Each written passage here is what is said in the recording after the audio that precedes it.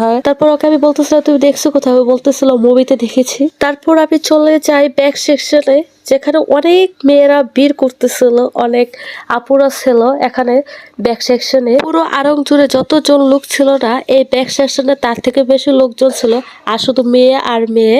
তারপর আমি এখান থেকে একটা ব্যাগ নিয়ে নিছি, আর আমি কোনটা নিয়েছি কে বলতে পারবে। আমি অপশন দিয়ে দিচ্ছি, একটা ছিল ব্ল্যাক, একটা ছিল ব্রাউন এন্ড ব্ল্যাক এর মধ্যে কম্বিনেশন একটা কালার। এই দুইটা থেকে যে কোনো একটা আমি নিয়েছিলাম। দেন আমরা ছিলাম, তারপর আমি দেখতে পেলাম বড় একটা মিরর, আর মিরর দেখলে মেয়েদের যা হয়।